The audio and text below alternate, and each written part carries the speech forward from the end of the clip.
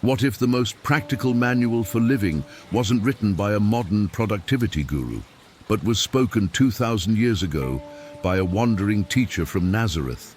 And what if the East, not the West, preserved the key to its power?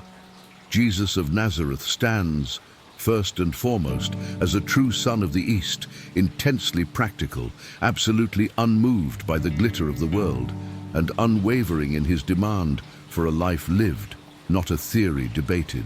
In the West, plans of salvation often turn into intellectual gymnastics, ingenious systems, clever doctrines, grand debates that never make it into daily life. The loudest preacher becomes the greatest preacher. But Jesus was not a theorist. He did not spin webs of philosophy for admiration. He gave a path to walk, a cross to carry. "If anyone would come after me," he said, "let him deny himself, take up his cross, and follow me. For whoever would save his life will lose it, and whoever loses his life for my sake will find it." That is not poetry, it is a demand. Again and again, he preached renunciation as the way to perfection. The world is evanescent, its gold is dust, its applause fades in an hour. He places before us a road that does not flatter our vanity, but frees our soul. What is renunciation? It is not self-hatred, not the grim denial of joy. Renunciation is the science of letting go of what we are not. It is to surrender the clinging, the I and mine, that chain the heart to fear. It is to refuse to make a throne for the little self, so that the light of the greater self may reign. Jesus did not say, "Make your life comfortable and call it blessing." He did not say the earth would be a pleasant garden for those who believe. He bid us to release our grip on possessions, on status, on opinion, on pride, everything that thickens the veil between us and God. The cross he speaks of is not only wood and nails, it is the daily discipline of dying to the petty appetites that crowd out the divine. It is the inner act of saying, "Not my will, but thine be done," and then standing by that vow when it costs us. Do not torture the text to keep your comforts. Dare to look the truth in the eye. If we cannot reach it today, let us confess our weakness, but let us not destroy the ideal to excuse ourselves. The world has piled upon Christ a mountain of ideas that are not his teaching, ornaments, arguments, formulas and flatteries handed around in his name that have nothing to do with his path. He taught renunciation, he taught purity, he taught that the Spirit is not known through clever puzzles, but through a life that is clean, humble, and brave. Better you never read a single book than that you know every book and never clean your heart. Neither wealth nor position nor power nor even learning is necessary for salvation. One thing is necessary: purity. Blessed are the pure in heart, for they shall see God. Why? Because the Spirit is by its very nature pure. Your spirit is of God. It is the breath of God, the radiance of God. How can the breath of God be impure? The problem is not in the essence, the problem is in the covering. Through ages of wrong action, false thinking, and selfish habit, the Spirit has been layered with dust, like a mirror crusted over by time. The mirror does not lose its power to reflect, it is simply obscured. Clean away the dirt, and the light shines forth. The work is cleansing, not creating. The light is already there. The kingdom of heaven is within you. Here is the master key. Where would you go to find God if the kingdom is already within? Why travel to the ends of the world? Why seek secret rites and rare philosophies if the throne of God is in the silent core of your own being? Purify yourself, and there it is, bright, immediate, intimate. It is not borrowed, it is your birthright. You are heirs of immortality, children of the eternal Father. The way is not to seize, but to surrender, not to acquire, but to unveil. The kingdom is not won by noise, but revealed by stillness. When the heart is undivided, when the mind is simple and clean, the kingdom shines without obstacle. Then comes the foundation of all higher religion, renunciation. This is not a private mood. It is the backbone of moral greatness. What does renunciation mean in the living, breathing world of today?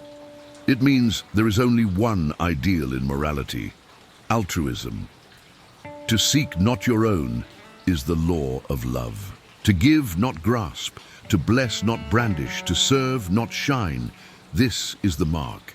Perfect altruism is the perfection of morality. If someone strikes you on the right cheek, said Jesus, turn to him the other also. If he takes your coat, give him your cloak as well. Here is the ideal. It shocks our instincts because it exposes how tightly the I clings to its armor. But consider what such a person is. One whose I and mine have melted away, who has nothing to defend because his treasure is not in this world. In him the little will is gone, crushed, surrendered, offered up, and God shines through without resistance. That is the ideal person, unarmed, unafraid, unpossessed.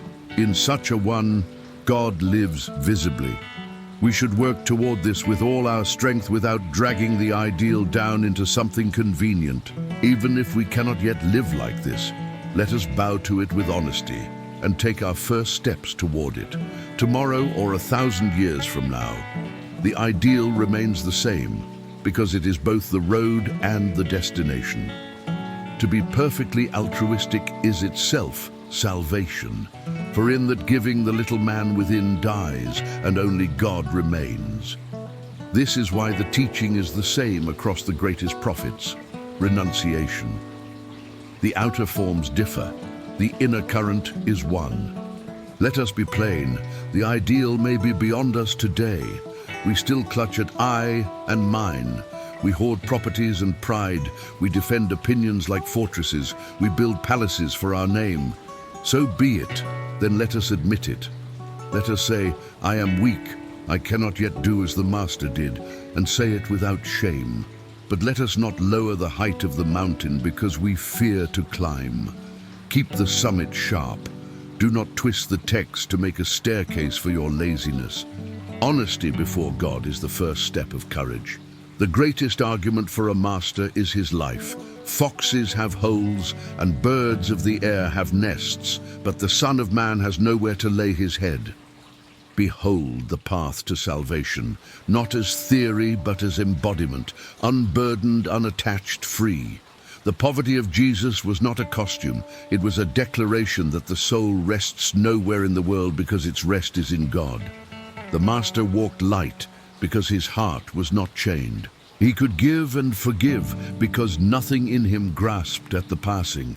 This is what renunciation makes, a person with open hands and a fearless heart. Pause here and ask yourself this, and share it in the comments below. What would renunciation look like in your life today? Is it forgiving an old injury, letting go of an identity that no longer serves your soul, choosing hidden service over public praise? I'd love to hear the one attachment you feel called to loosen.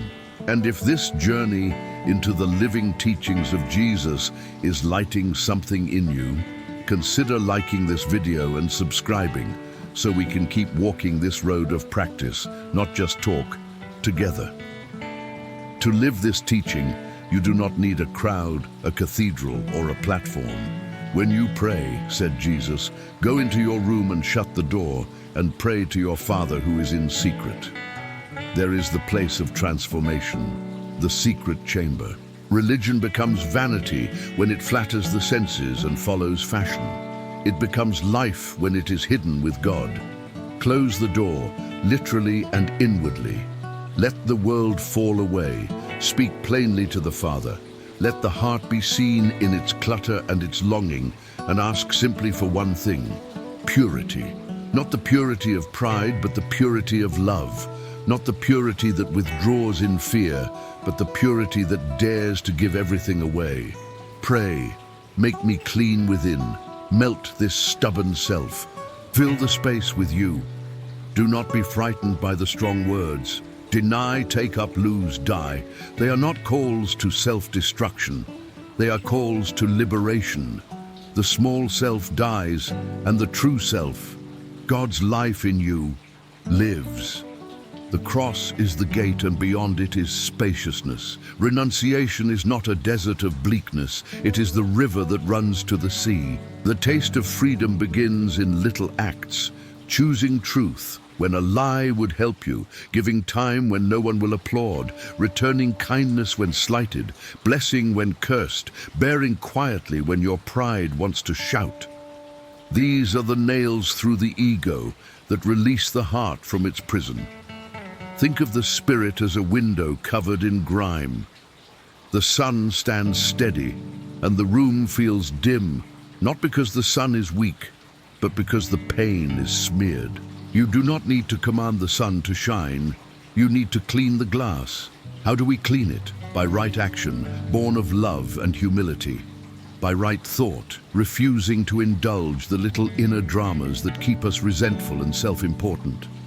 By right devotion, turning our face again and again toward the light. By right surrender, trusting that when we give up our claims, we are not left empty, we are filled.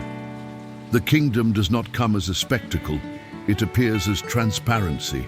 The more we let go, the more it shines. Do not be deceived by the hunger for novelty. Many chase complicated philosophies hoping to feel profound, but the spirit is not known by solving puzzles, it is known by becoming simple. You can spend a lifetime rearranging words and never once open the door of your heart. Books can be good, teachers can be helpful, doctrine can protect, but none of these can purify you if you will not practice. 1 minute of honest prayer outweighs an hour of clever speech. 1 act of hidden mercy outweighs a stack of arguments. The soul grows not by noise, but by fidelity. Yes, the West is practical in politics, in industry, in war, but be practical also in religion. Practice what leads to God. The East is practical here because it insists on living the truth rather than debating it. Let us learn from that. If Jesus is a true son of the East, then to follow him is to be practical in the way of the Spirit, to choose renunciation over rationalization, purity over praise, surrender over strategy. This is not a rejection of reason. It is a reordering of priorities. Reason is a lamp, purity is the oil. What would it mean today to walk his words? It may look like simplifying your life not as an aesthetic but as an offering. It may look like forgiving quickly because you refuse to carry poison in your bloodstream. It may look like giving away what you hesitate to give precisely because you feel its hooks in you. It may look like choosing a quiet room over a quick argument, a whispered prayer over a public performance, a generous assumption over a suspicious one. It may mean bearing your cross, not as martyrdom for show, but as obedience to love in the shape of your daily duties. The cross is close by. Look for where you resist love the most. Often that is where you are called to let go. Remember, when a person has nothing to call I or mine, when he has surrendered the claim to possess and to be praised, when he has offered even his virtue to God, then God himself fills that person. In him, the will is no longer split, the human vessel becomes transparent. This is why the ideal is so high, because the reward is God. Aim there. Name your weakness without shame, but keep your eyes on the summit. Crawl if you must, but do not lower the mountain. And when pride whispers, hide your prayer, take Jesus at his word. Go into the room, shut the door, speak to your Father in secret. The world is loud, God is quiet. The world is crowded, God is intimate. The world wants display, God wants truth. Let your religion be the opposite of vanity. Let it be the freedom of a child before the Father, unafraid, unpretending, open. Abandon your servitude to fashion and fear. Become a child, be free, and then you too will see the Father. This is the message that rings across the teachings of Jesus as heard by a heart trained to be practical in the Spirit. Renounce and you will know. Be pure and you will see. Lose yourself and you will find yourself. Do not be discouraged by your failures. They are steps on a real road. Do not be intoxicated by borrowed wisdom. Clean your own window. Do not wait for a better age or a better mood. Begin where you are. Take up your cross not as a punishment, but as a way back to love. Turn the other cheek, not because you are weak, but because you refuse to keep hatred alive. Give your cloak, not to be applauded, but because you will not be owned by your possessions. Pray in secret because God is there. And above all, keep the ideal high.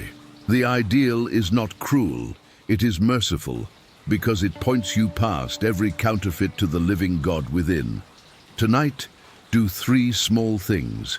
First, go into your room, close the door, and pray one honest prayer without performance. Second, choose one attachment to loosen, a grievance, a possession, an image, and act on it. Third, do a hidden kindness, quickly and without telling anyone. Watch what happens to the air within you. The window clears a little. The light grows. This is how salvation enters, not as a theory, but as a life. And as you walk, remember the promise. Blessed are the pure in heart, for they shall see God. The kingdom is within you. Clean the glass. The sun is already shining.